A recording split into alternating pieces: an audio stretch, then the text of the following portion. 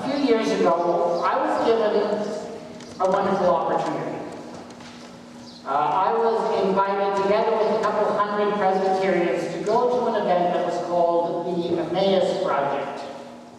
And it was an opportunity for us to talk about and dream about how the church can survive, but not just survive, how it can thrive in the changing age in which we find ourselves. One of the speakers that we had there at the Emmaus Project was a woman named Diana Butler Bass. And I was particularly impressed with her presentations.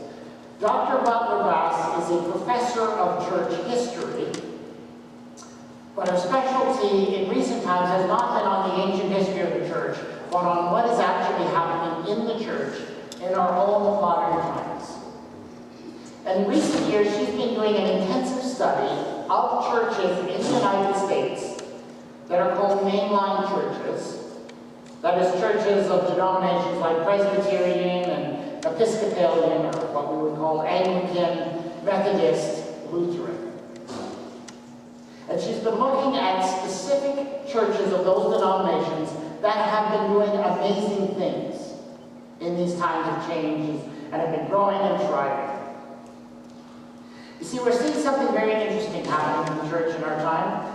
Up until recently, it was generally accepted and agreed that only one kind of church could grow in our days. And it was particularly accepted that only churches that were very conservative, even fundamentalist in their theology, could grow significantly because they could offer to people simple, straightforward answers with absolute certainty. And the idea was that was what people were looking for. And that was true for a while. But the fact of the matter is that that is no longer true today. And in fact, in the last decade, the fastest declining denomination in the United States has consistently been the Southern Baptist Church. The most conservative, the most fundamentalist of all, is the one that is failing fastest. So what Diana Butler Bass did was she went out and she looked at those churches in the mainline denominations that were really taking off and thriving. And she found that they were in many ways very different. These individual churches were quite different from one another in terms of theology and worship and leadership. But she did find one thing that they all had in common. Every single church that she found that was thriving had at least one practice that lay at the heart of its success. Because this is what Dr. Butler Bass suggests. We are living in an age of the church where practice is what matters most of all. We're living in an age where people are far more interested in what a church does than they are interested in what a church believes. I mean, they want to know what it believes, but they first want to know what it does. And we're living in an age where people are looking above all to experience God for themselves and not to have someone tell them what they ought to believe about God. And that is why spiritual practices are so important, because spiritual practices are those things that open people up and give them opportunities to experience God for themselves. So as Butler Bass studied these congregations and what they were doing, she was able to identify among these congregations 10 distinct spiritual practices that were vital to the lives of these congregations. Now, she wouldn't say that this is an exhaustive list. There are others, but she sees these 10 as the most important. Well, if you've been here since May, you will know that every week I've been talking about a different spiritual practice. So far, we've talked about 7 of them. Today, we're going to talk about the 8th, and we have 2 more to go. So basically, I am going through the 10 spiritual practices that Dr. Butler Bass has identified. And the reason we're doing this is not simply to learn new information. I've been trying to do it in such a way that we might experience these practices for ourselves, that we might try them out and see which one or two maybe can help us to develop as a congregation and find ever new vitality. That's what we've been doing. So today, our 8th spiritual practice that I want to talk about is the practice of hospitality. The practice of hospitality. Now, I'm sure most of us would agree that it is important that churches be hospitable, right? By which we would agree that churches need to be friendly and welcoming, and of course, we all understand that. Probably for most of us, the symbol of the hospitality of a church would be a warm handshake, maybe a hot cup of coffee. And for us, probably we would see those moments in the life of the church where hospitality occurs as those moments when we gather downstairs after a worship service and share some coffee or tea together. Or our cake Sundays, where we spend often a little bit more time. And those are indeed wonderful times. But is that all that hospitality is meant to be? The early church talked about hospitality seemingly all the time. It is mentioned again and again in the writings and in the letters of the early church. In particular, we read that passage from Hebrews this morning, where the writer of the Hebrews says this: "Do not neglect to offer hospitality to strangers, for by doing so, many have entertained angels without knowing it." Now think about what that passage is saying, because it's talking about hospitality, but it is talking about it a little bit differently from how we usually talk about it. Because, of course, usually when we talk about hospitality, what we are talking about is how we welcome who? Friends, neighbors, people that we already know, people with whom we have a great deal in common. But when the early church talked about hospitality, who did they talk about giving hospitality to? Strangers, outsiders, people they didn't know, and perhaps people they didn't have a lot in common with. So there, right away, is a difference in how they practiced it. In doing this, they actually copied the example of Jesus. Because, of course, Jesus was absolutely famous, or you might say infamous, for his habit of welcoming all of those people in society that no one else would associate with.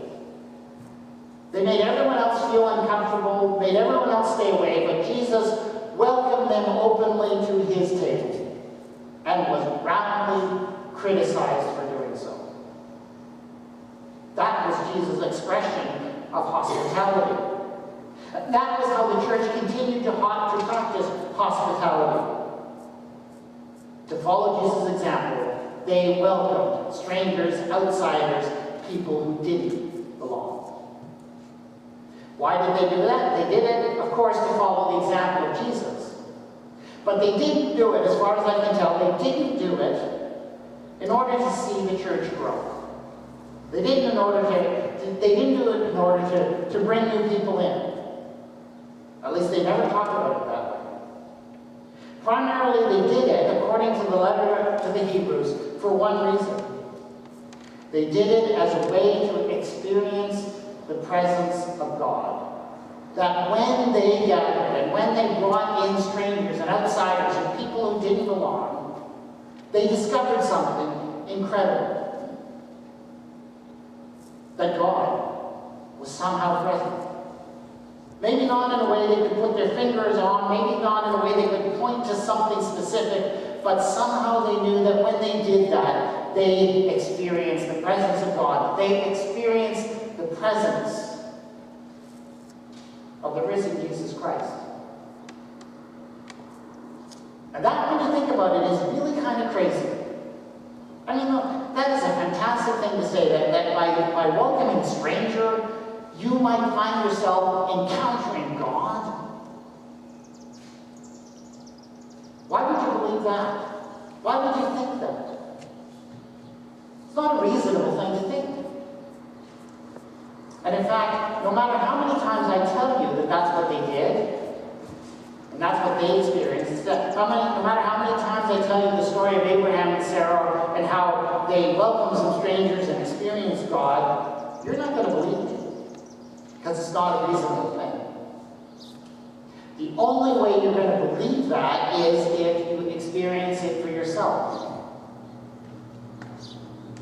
That's why hospitality is a spiritual practice. It's something you have to do so that you may experience God. Now, there are some people here I know who I don't need to convince of that, because you yourself have already experienced that. The people I'm thinking of in particular are those who have participated in and supported over the years our Thursday night supper and social.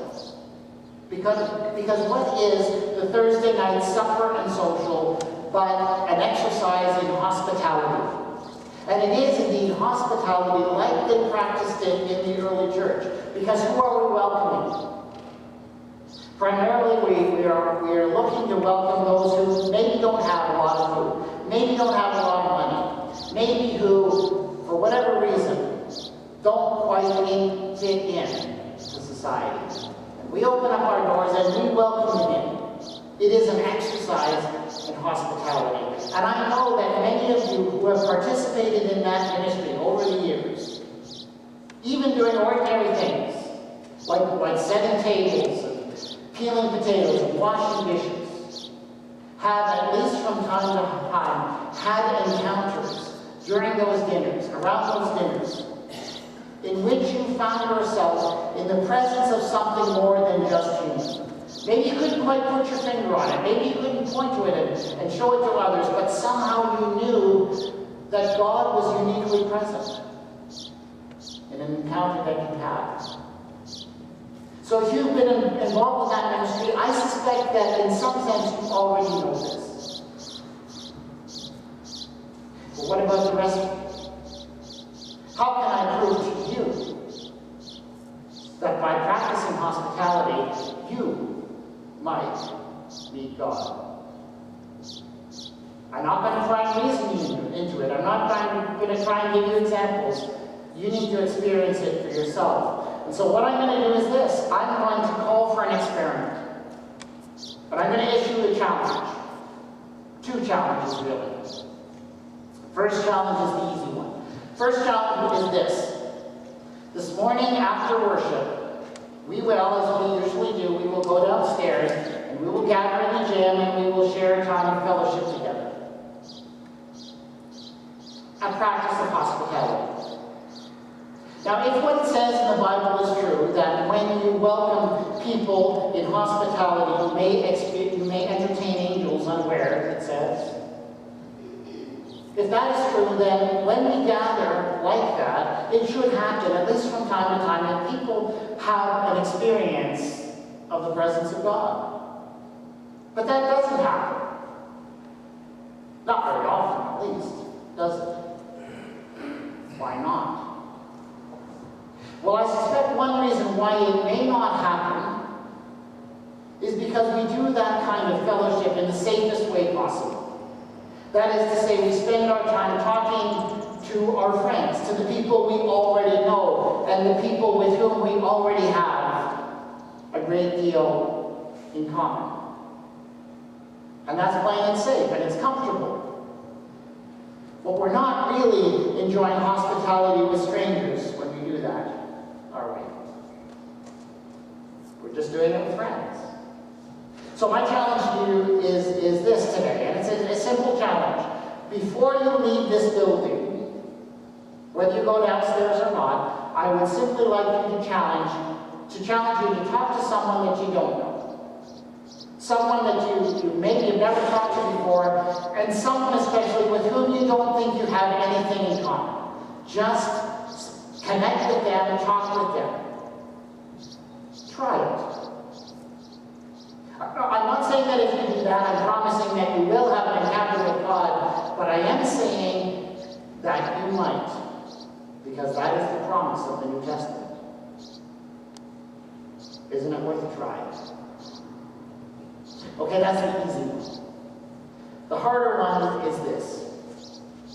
Because you see, the strangers, the people most different from you, are not likely to be the people who show up in a church on Sunday morning or stay around for fellowship time. The real strangers are the people who maybe wouldn't even feel like they belonged here. So, because of that, I've given you all, and I hope you all have one, a card this morning. I call it the Random Acts of Hospitality card. I give this to you as a challenge. And this is what I want you to do with it. This week, I would challenge you to do your best to connect with one person with whom you would not normally connect. You know, someone that you don't know, or maybe an acquaintance that you've never really gotten any further than just acquaintances. Just go, talk to that person, find out about it. Even better, buy that person a cup of coffee or tea, or whatever. Your treat. Because that's what hospitality is too. Just do that. And I don't, please understand, I'm not suggesting that you should do this in order to talk to them about Jesus or about your church, no. And you don't have to tell them that I told you to do this. I mean, you can if you want, but you don't have to. But I want you to go into that encounter with no agenda whatsoever, other than to be interested in that person, who they are, their life, their experiences, what's going on for them. Just be interested in them. Someone you don't know and don't think you have anything in common with. Just do it. I'm not saying that if you do it, you will encounter God, but I am saying that you might. Remember, those who welcome strangers did entertain angels without knowing it. The card is simply, of course, to keep track. So as you do that over the next couple of weeks, I want you to make a card, carry it with you as a reminder, and make a mark on the box when you do that. Of course, if you do have an experience of God by doing that, I would definitely encourage you to write that down. Write your reflections on it while they're still fresh in a journal or personal blog, because you want to remember that kind of thing. It can nourish you for the long term. In 2 weeks, I invite you to bring back that card. I would love to hear your stories, especially if you did have an experience of God by doing that. In fact, if you'd ever like to tell an experience like that to the whole church, let me know. I'd love to give you the opportunity. And here's my promise to you. Whoever in 2 weeks comes back with a card with the most marks in it, I will buy you a coffee. I will meet you in the place of your choice. I will buy you the fanciest coffee or tea, whatever you want. I will sit down and we will enjoy that time together. Why? Because that is also my practice of hospitality. And I happen to believe that when you practice hospitality, and especially when you practice it with strangers and people you don't know and have nothing in common with, you sometimes experience something divine. So if that's a promise, why not take it seriously? Why not do it? What's the worst that can happen? Let's take a few moments in silence.